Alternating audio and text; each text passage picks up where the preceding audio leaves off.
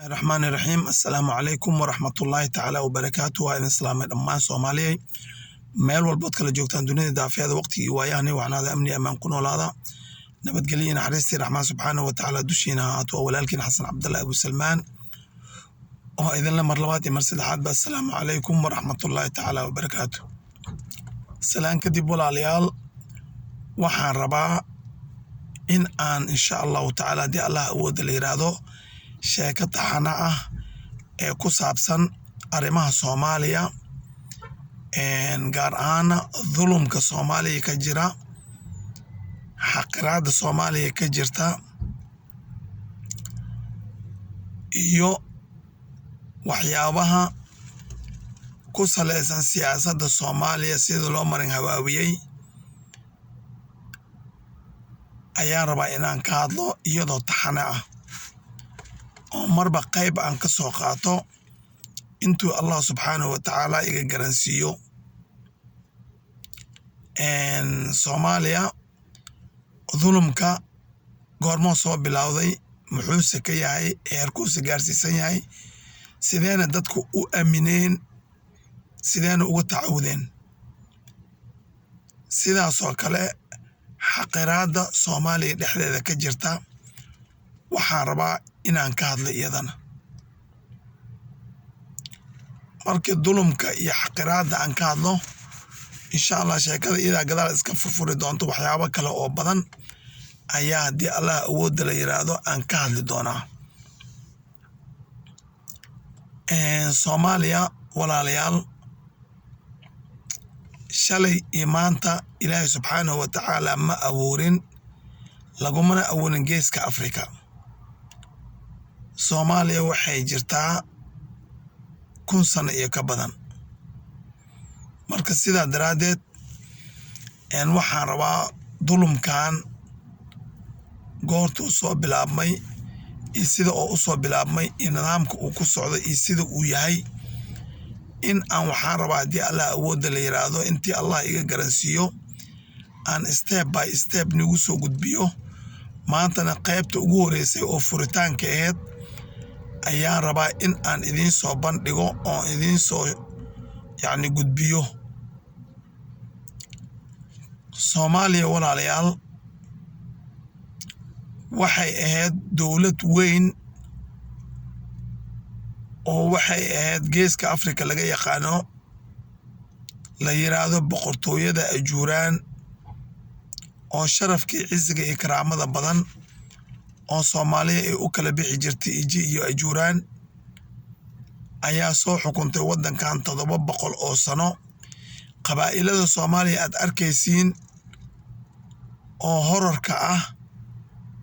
oo ber loo celiya la la'yahay oo dowladnimadii hanan la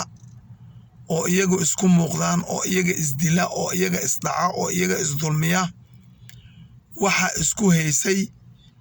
oona kala haysay waxay ahayd boqortooyadii sharafkii cisiga iyo karaamada badneed ee boqortooyadii ajuuraan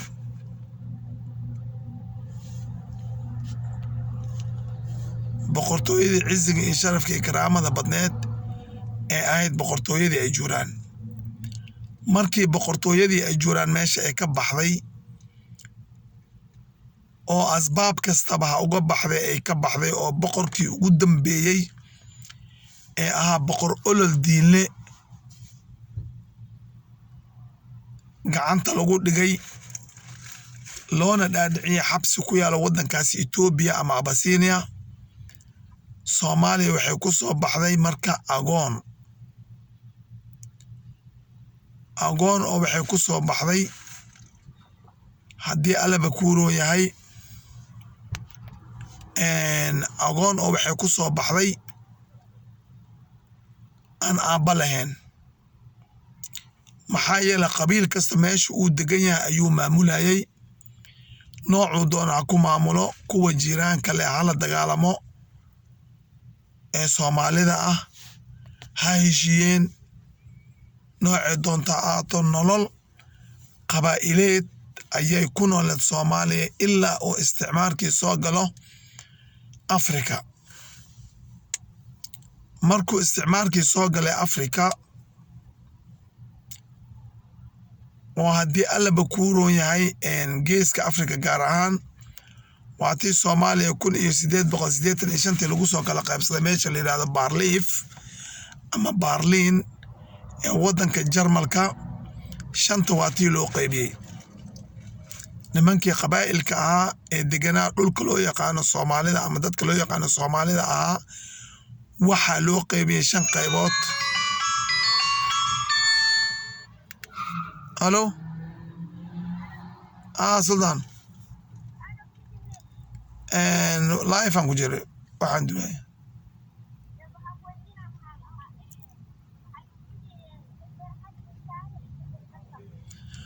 جنبري حر إيشاني اوكي كتب اوكي مع السلامة.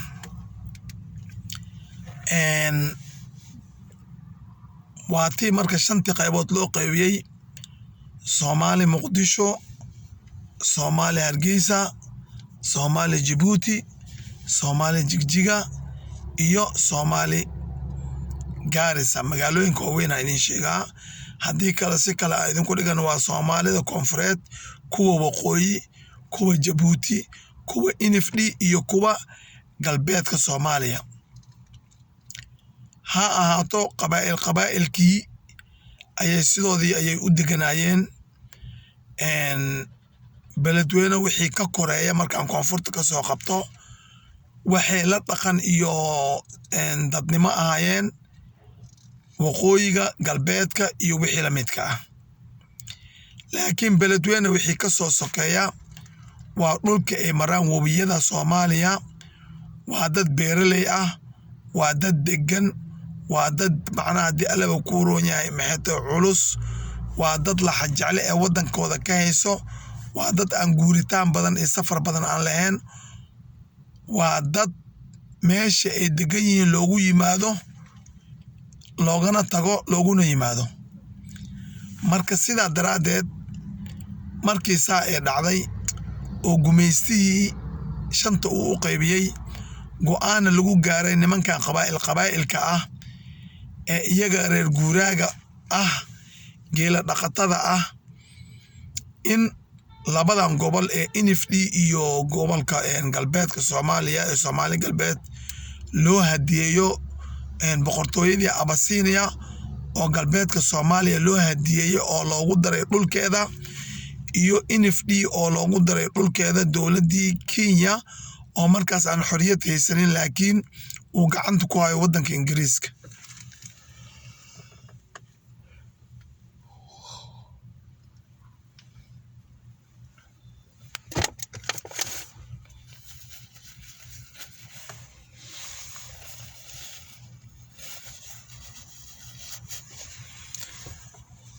عفوا waddanka ku haya gacanta waddanka Ingiriiska saddexda qaybood kale qaybta Jabuuti xeebaha Jabuuti waxa gacanta loo geliyay gumaysiga ugu xun oo ilaa imika ka dhamaan la Afrika oo ah Faransiiska labada qaybood kalena waxa kala qaatay qaybta waqooyi oo gacanta ku dhigay Ingiriiska iyo qaybta koonfureed oo gacanta ku dhigay Talyaaniga sidii ayaa maxay ahayd gumaysiga lagu galay oo la iskaga noolaa oo caadi ay ahayd markii saaxadii ama dabayshii xorriyadda ama xorriyaddii wadamada Afrikaanka ah ee 60meeyadii ilaa 50meeyadii inta u dhaxaysay ay bilaabatay ayaa dhaqdhaqaaq xorrimadoon ah ka bilowdeen goboladii koonfureed ee kubii waqooyi iyo kubii Jabuuti maxaa yeelay kuwaasi kale kuwa NFD iyo kuwa galbeedka Soomaaliya ma bilaabi karaan dhaqdhaqaaq xorrimadoon maxaa yeelay Afrikaankan ugu xun oo kula midka ah oo madow oo gaalka ayaa gacanta lagu geliyay marka sidaa daraaddeed markay bilaabatay xorriyad ama dhaqdhaqaaqii xorriyadoonka haddii aan dhinaca koonfureed meesha ay Soomaali ka bacday oo ka hoogtay oo Soomaali meesha maanta ay joogto waxa dhigay ay yihiin dadka reer koonfureedka ah haddii aan iga waramo xorriyaddii reer koonfureed Talyaaniga wuxuu rabay inuu xukunka ku wareejiyo uu gacanta ka saaro dadka beeraleyda ah iyo dadka alta jubbaaniga ah oo ah meesha loo yaqaano hadda Mayland ayuu aad iyo aad ugu kalsoonaa inuu gacanta ka saaro iyo dadkii ilbaxnimada markaas hayay ee ahaa nimanka dega xeebaha banaadiriga ama magaalada Muqdisho iyo xeebaha ku teedsan way diideen nimankii banaadiriga ahaa ama reer xamarka loo yaqaano waxay yiraahdeen ilmaha ayaana laga gaalaynayaa marabni xukun marabni dowladnimo talyaanigana caruurteena looma wadaayo wuxuu soo baranayaa qamra cabid iyo gaalnimo nimankii dhulalka beeraleyda degan oo noocyada kala duwan leh ee isku dhex jirka ah laakiin dad degan oo isku dhaqano oo asal leh ah oo diintooda iyo ku toosan dhaqankooda iyo caadaadkooda iyagana waxay ka biyadiideen in caruurtooda la wado ee la geeyo Roma ama Talyaaniga loona soo tababaro qaab dowladeed way ka biyadiideen Talyaaniga wuxuu la rabay inuu xukunka gacanta u geliyo saddexda reer oo Mayland iyo dadka beeraleyda ah iyo reer koonfureedka gaar ahaan xeebaha banaadiriga dadka dega markay ka biyadiideen waxa isku nabay oo isku lifaaqay oo koola daanday ku noqday labada reer ee maanta Soomaali ee ka degilaadahay ee kala ah walaalaha Hawiye iyo walaalaha Daarood isma saarna dadka iskumana dhex jiraan gaar ahaana nimanka la yiraahdo Hiraab oo Hawiye ah iyo nimanka la yiraahdo Majeerteen oo ah Daaroodka labada reer ayaa aad iskugu lifaaqay isticmaalkii gaalada ee gaar ahaana kuwii ahaa Talyaaniga iyo wax yar oo ah kuwa yar oo ah Mayland oo iyagana markii dambe kabaqaad u noqday in labadan reer oo Soomaaliya ilaa 60kii oo xorriyadda qaadatay ilaa maanta inta ka dhaxaysa isku eriyanaya oo iyaga un isfiirsada oo ka markuu karo kan kala fiiriya ka markuu mucaarad noqdo kan kala muxaafid yahay labadooda kaliya dadka kalena ee saxaabooleeda ka dhigeen ayaa isku nabay oo isku lifaaqay ninkii ahaa Talyaaniga iyo intii yareed oo ahayd Mayland oo nimanka ayaga ah u noqday dabadhilif ama kabaqaad Talyaaniga intuu joogay wadanka dhulum ma jirin waayo Talyaaniga waxaa loo wada ahaa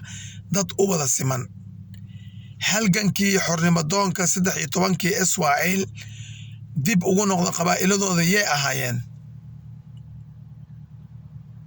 ma labada nin oo maanta isla haysiinaya Soomaalinimada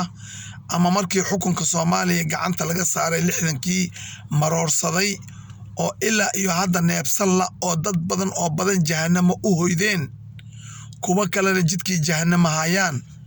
oo u dhashay labada reer iyaga ah 13kii leegada imisa kaga jirto bal iyaga xisaab imisa ayaa uga jirto nimankii leegada ee xorriyadda Soomaaliya maanta loo saarsanaya keenay imisa qofa uga jirta dadka ee maanta Bounty 5 ka leeyihiin ama ay leeyihiin maxay koonfur galbeed ama beesha shanaad ay leeyihiin ayaa u badnaa 13kii leegada iyaga matalay Soomaaliya laakiin qadar Allah wa ma shaa facala ma aysan dhicin in ay ayaga xukunkii qabtaan oo ay dadkoodan u carbiyaan ma aysan dhicin labada reer oo hore nagu sheegay walaalaha Daarood iyo walaalaha Hawiye guud ahaan gaar ahaan walaalaha Hiraab oo iyaga Habiyaha ah iyo walaalaha Majeerteen oo iyaga ah maxay walaalaha Daarood gaar ahaan Maxamuud Saleemaan ayaa xukunkii daaqiliyada gacanta ku dhigay gaar ahaan ninkii la oran jiray Cabdullaahi Ciise oo ay dadkan ku daba safnaayeen oo ku daba lifaaqnaayeen waxay socotaba 60kii ayaa dhacday in 1 Luulyo calankii koonfurta Soomaaliya iyo Israaciidii labada gobol la saaray reer waqooyigii ama walaalihii direed ama ku noolaa waqooyi galbeed ama waqooyiga Soomaaliya ku noolaa ee calan keenay ee uu gumaysan jiray ninka la yiraahdo ingiriiska oo 4 iyo maxay tahay